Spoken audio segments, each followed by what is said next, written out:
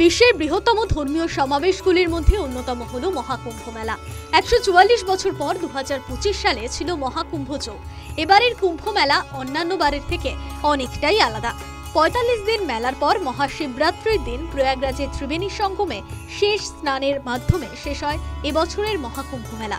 দীর্ঘদিন ধরে মানুষের বিশ্বাস এই পুণ্য লগ্নে স্নান করলে বহু জন্মের পাপ ধুয়ে যায় এবং মুক্তির পথ প্রশস্ত হয়। এই অমৃত স্নানের জন্য এবছর ৫০ কোটিরও বেশি মানুষ অংশগ্রহণ করেছিলেন।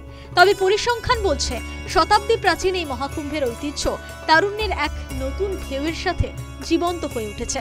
অর্থাৎ কুম্ভের মতো তীর্থযাত্রা এখন আর শুধু বয়স্কদের মধ্যেই সীমাবদ্ধ নেই, তরুণ প্রজন্ম আকৃষ্ট হচ্ছে ধর্মীয় অনুষ্ঠানে।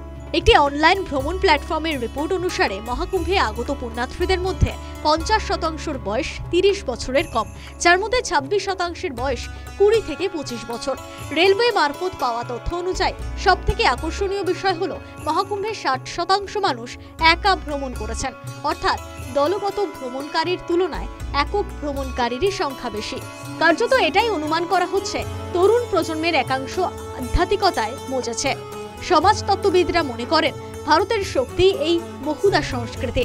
3, 2, 1, 0 চন্দ্রায়ন-৫ যান মহাকাশে পাঠানোর পরিকল্পনা নিচ্ছে যে ভারত, সেই ভারতেই পাশাপাশি চলছে মহাকুম্ভে স্নান। News time.